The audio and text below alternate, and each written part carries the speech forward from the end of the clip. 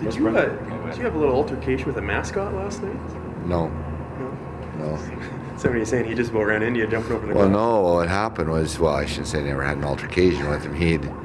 I guess he was standing above right where we walked off the ice, and when I was walking off the bench, he fell down. I guess he slipped off the thing and fell down right in front of me and then landed back on me as I was walking off. So I just grabbed him and helped him up and told him he had to get out of there. One of the players might kill him when they come through. So he got the heck out of there. So just some thoughts, I guess, on the series now that you've had a few hours to think about it and go over what happened. You know what? It's still early to really dissect it all, but at the end of the day, it was we've played. There was times in the series that we played extremely well, and there's the first game we never got going until the third period, and then we started the understanding in the second game what the standards and what the emotions and you're going to need to participate in this series with a rival and be in the second round of playoffs. And I thought in the second and third and fourth games, we were pretty good outside of a few moments here and there. And then last night, we just never had any push last night. I think last night's game was probably what was most disappointing. Is that I really thought after playing like we did at home here for the two games that we'd go there and really be a team that really was dialed in to want to get back here in Game 6, and we just never had that push that we needed. A tough finish to a season where, when you look at it overall, your team did accomplish a lot of good things this year. Well, you know what? It's as an owner, it's certainly been a trying year. As far as when you have to let personnel go, it's never an easy thing. And when we had to, and there's always reasons for it, and you evaluate those reasons, and you always do what's right for the organization. And unfortunately, we had to make a coaching change. And but from that point on, when you're a game under 500 and ninth spot in the conference, team's not playing well, you're not playing well at home. There's not a lot of emotion in the game, and you can't. There's no answers for it. You can't, and it's no one's fault. It just happens. It's sports, and yet when you own the team, you have to, and when you've been in the game for a long time, you know the good and bad to it. You got to make a decision, and you can't let it fester, and because it just creates more and more in a negative side as you go on. And but from that point on in November when we did that, you take the last weekend of the season out, and the reason why I diminished that is because it was two teams that already were seeded where they were going to be seeded. Teams were resting players, so the games weren't as meaningful as they would have been if you were fighting for something. And so I think we were like a plus 14 or plus 15 from that point on, and from November on, and that's a substantial change. We went from ninth in the conference to finishing fourth.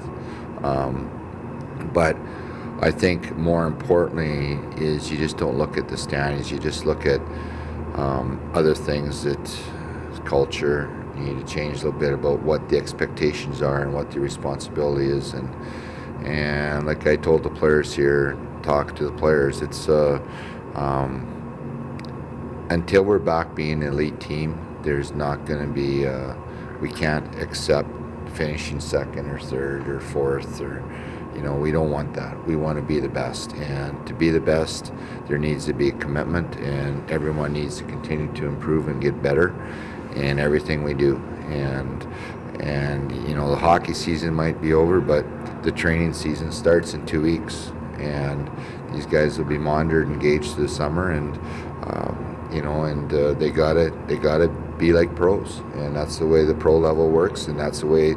I know they're still kids, but this is where they got to be taught to be pros. And and for myself coming back, there's change. There's no question. There's been change since November, and there's going to continue to be change until we have the right recipe here and exactly what it takes and how we need to do it. And the players got to become better students. there's individuals that need to become better students and understand that just being at 60 or 70% isn't good enough. And that's where we're at right now, and we'll continue to work on that until we get to where we need to be. So I guess part of that evaluation process includes yourself, because when you took over, the interim tag was there. Is that'll be coming up here at some point? Well, it is. I mean, I'm going to have to decide that. I'm not going to decide that today. I'll take some time here and go through it all. And I already know where the staff is with it. They've already sat down with me and mentioned to me what they would like to see happen. They have a feel for the community. They have a feel for people, talking to people during games, and that's important. And I have a feeling where the players are at with things. So it's just, I got to make my decision whether, moving forward, whether it's something that I can continue to do, is do both those jobs, and or is it best to, bring someone in differently. And I don't know that yet, and yet, I'm sure I'll take through, the month of April, May, and I'll make my decision at some point, I'm sure in June, exactly the direction we're going to go. And yet I can't tell you one way or another exactly what it is, because I'm not sure right now either myself. But I do know what others are thinking, and they've told me, and I do know what the players are thinking, and so it's just deciding. I got to decide. Does it make it easier as a GM and coach? Does that mean, does it become a lot tougher? You know what? I don't know how to put this, but it's. I guess the one thing that's happened here through this process here in the last, what has it been, 5 months, 6 months, since coming and being downstairs, being back, and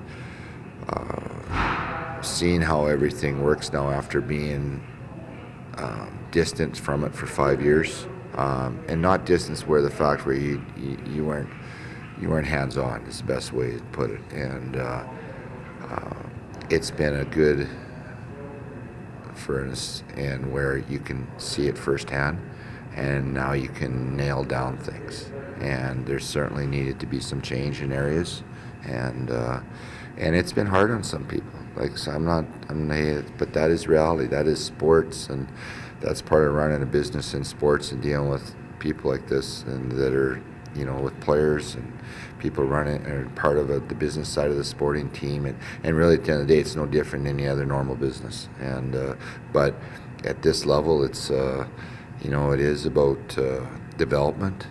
It is about which has to be in place, and individuals, and it's just not certain individuals. Every person inside that room has to be developed.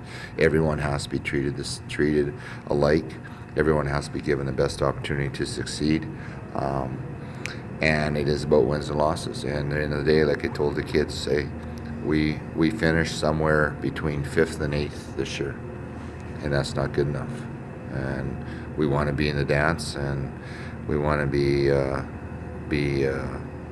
winning games and playing in May for a purpose and for a reason, and we're not. So it's not something we can sit and say, yeah, we're happy where we're at. We've taken steps, but we have a ways to go, and we have things that we need to continue to work on. And it's just not here. It's on the scouting side of it too. I've addressed it with the scouts here in the last month about things that need to be done differently. We need to change some of our mindset, our way of thinking, the type of players that we want in Red Deer. What our identity? What's our culture in Red Deer? What type of player fits into our culture and identity here? It may be some players may do well in other organizations, but it doesn't necessarily mean they fit into our program here, because our program involves a lot of different things, and and there's just the way we run it here. It's the way we do it, and having the pulse on everything has been important.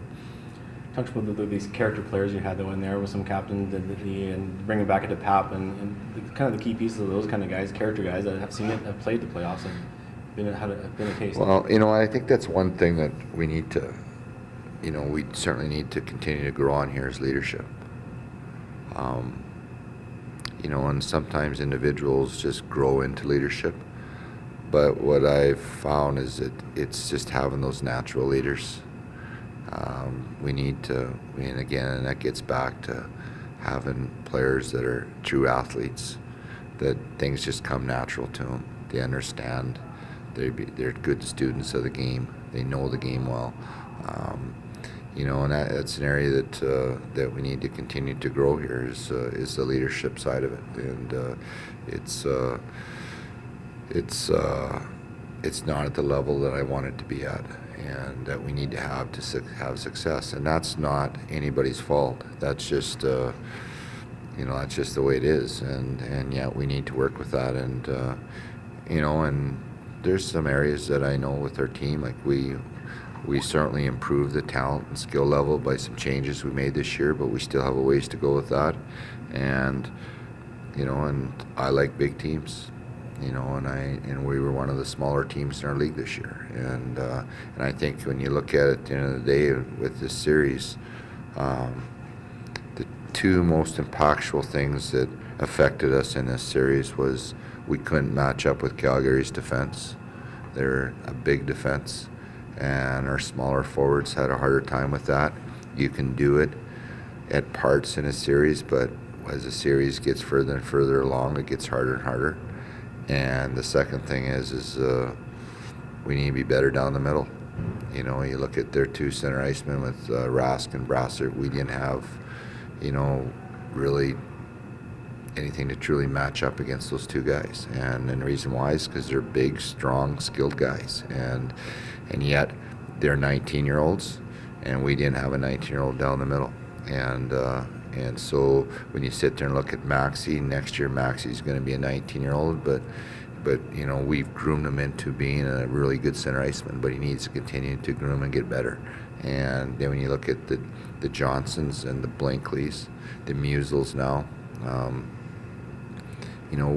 we're getting there, but it's just going to be part of the process of playing and developing and get them to where we want them to be. And every year that goes on, that's important. As they get older, they need to get better, and that's what we have to continue to push here. But those were areas that were really truly at the end of the day in our series was the difference. Obviously we like to be a little more skilled, a little more talented, but size has a lot to do with it too. So. Just to comment about your outgoing captain for the 20-year-olds. You got a couple of guys leaving, but Turner, for that matter, is yeah, kind of blood rebel blood out there. Turner has been outstanding here. When I came in here, he really I sat down with him. I explained everything to him. I told him this is what my expectations are of him, and he took it and he ran with it. And and he just took his game to a whole different level. And from that point on till Christmas, it would have been hard to find a player better in our league. And then he had a tough time for about a month after Christmas, which our team did for about 3 weeks. They dropped their guard somewhat when they came back after Christmas, and we went through a spell there. We never played as well as we should have, and as well as we would have liked to. And yet then we got it back, and part of the reason was that Turner took it again and ran with it. And I just hope there's individuals inside that room that have learned a lot from Turner on this through the process, and because truly, outside of our goaltender, he certainly was our best player this year, and most consistent, and game in, game out, there's no question those two guys were certainly 1-2 in our books.